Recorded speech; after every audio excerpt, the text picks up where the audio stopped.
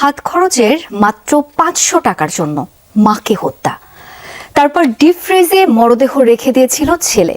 বগুড়ার দুপচাচিয়ায় গৃহবধূ উম্মে সালমার হত্যার পর আইন শৃঙ্খলা রক্ষা বাহিনীর নজর ছিল ডাকাতির দিকে, কিন্তু দুদিনেই র্যাবের ছায়া তদন্তে বেরিয়ে আসে কিভাবে এক ছেলে গর্ভধারিণীকে হত্যার পর ডাকাতির নাটক সাজিয়েছিল।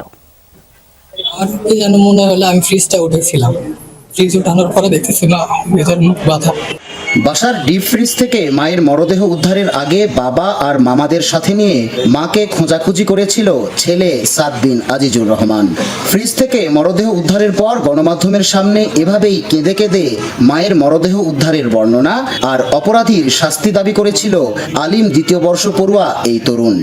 আল্লাহ যেন শহীদের মর্যাদা দান করেন, মাকে জান্নাত নসিব। যারা করেছে তাদের শনাক্ত করে আইনের আওতায় আনা হোক।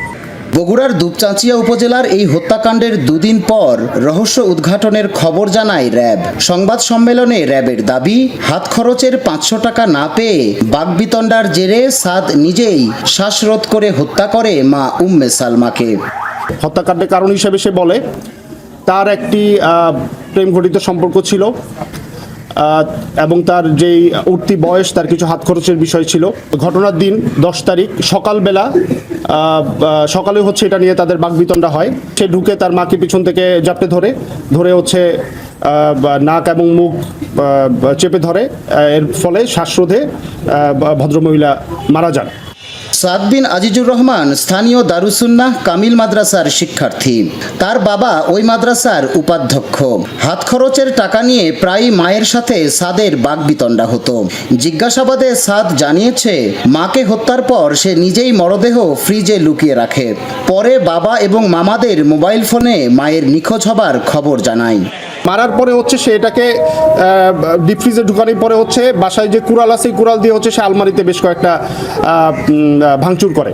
বেরোয় যাওয়ার পরে হচ্ছে সে আবার বাসায় ঢুকে হচ্ছে তার মাকে খুঁজে পাওয়া যাচ্ছে না, এবং তারপরে হচ্ছে সেই যে নাটকটা আর কি, যে আত্মীয় স্বজনকে কল দিয়ে যে আমার মাকে খুঁজে পাওয়া যাচ্ছে না, বাসায় এরকম ভাঙচুর হয়েছে, এখানে ডাকাতি হয়েছে বা ডাকাতি প্রচেষ্টা হয়েছে, এই পুরো নাটকটা হচ্ছে সে সাজায়। খুনের পরদিন জিজ্ঞাসাবাদের জন্য সাদকে আটক করেছিল র্যাব। মেহেরুল সুজন, যমুনা নিউজ, বগুড়া।